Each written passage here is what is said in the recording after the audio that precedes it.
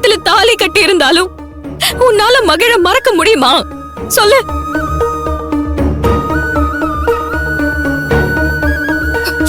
சரி, இப்ப நான் உன் மனைவி தானே.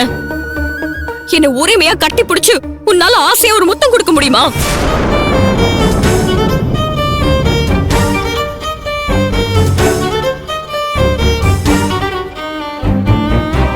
உன்னால முடியல.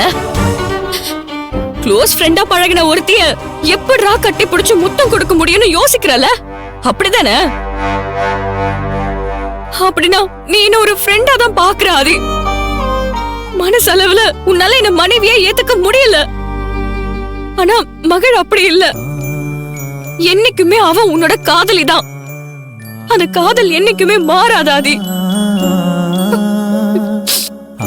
சரி, இப்ப நான் முடிவா கேக்குறேன், உன்னோட ஸ்டாண்ட் என்ன? மகிழ உன்னால ஏத்துக்க முடியுமா முடியாதா? இப்பவே எனக்கு தெரிஞ்சாகணும். மதி, ப்ளீஸ் மதி, என்ன தயவு செஞ்சு கேள்வி மேல கேள்வி கேட்டு கொள்ளாத. நான் நினைச்சது வேற, நடந்தது வேற ஆயிடுச்சு மதி. என் வாழ்க்கையில இப்படி ஒரு பிரச்சனை வரும்னு நான் நினைச்சு கூட பார்க்கல.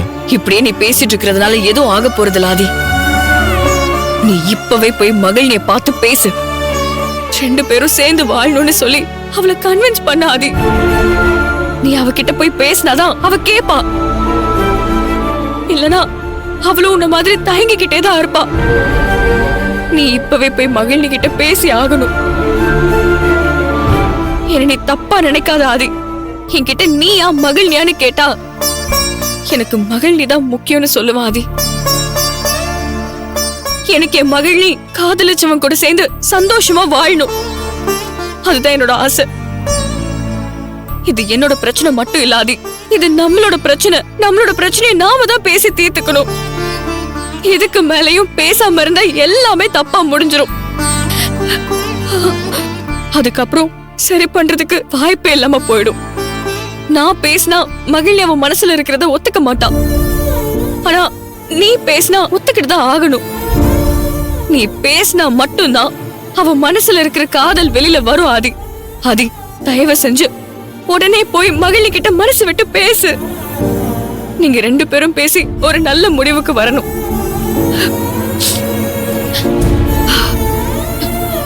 உன்னுடைய பதிலுக்காக நான் காத்துக்கிட்டு இருப்பேன்.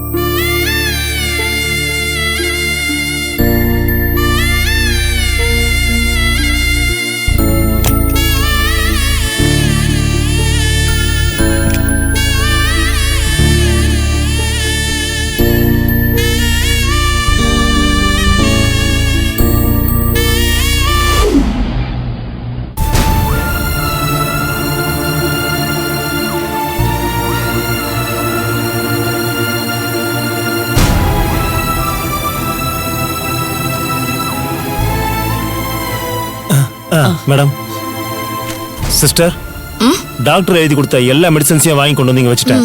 நீங்க பார்த்து வேலைக்கு கொடுத்துருங்க, சரியா? Okay sir. மேடம், சொல்லுங்க. பாட்டிக்கு மூட்டு அறுவை சிகிச்சை எந்த காம்ப்ளிகேஷனும் இல்லாம சக்சஸ்ஃபுல்லா நடந்திருக்கு. இன்னும் கொஞ்ச நாள்ல இவங்க வீல் சேர் இல்லாம பழையபடி நடக்கலாம்னு டாக்டர் சொல்லிருக்காரு. ஒன்னும் பிரச்சனை இல்லை மேடம். ரொம்ப சந்தோஷம் மாதவன். அத்தை சீக்கிரம் குணமாகி எந்திரிச்சு நடக்கணும்னு நான் கடவுளை வேண்டிட்டு இருந்தேன். நான் நினைச்சது நடக்க போகுது. ஆமா மேடம், நீங்க வீட்டுக்கு கிளம்புங்க மேடம். நான் வரமா? ஓகே அத்தை. சாரி அத்தை, கொஞ்ச நாளா என்னால உங்களை வந்து பார்க்க முடியாம போயிடுச்சு. பரவாயில்ல மீனாட்சி. ஆதி மாதவன் 2 பேரும் என்ன வந்து கவனிச்சுக்கிட்டு தான் இருந்தாங்க. நான் நல்லா இருக்கேன்.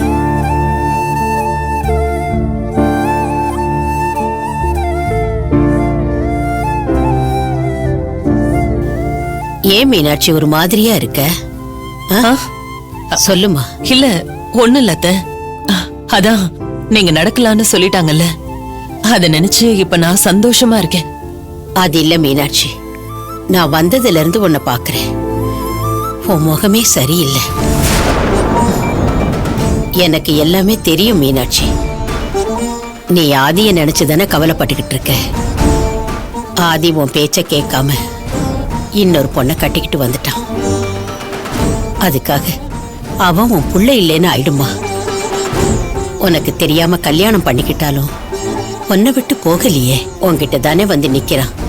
உன் புள்ள தப்பு பண்ணுனா நீ மன்னிச்சு ஏத்துக்க மாட்டியா? அப்படி இல்ல அத்தை. ஆதி வேணும்னு தப்பு பண்ணிருப்பானா?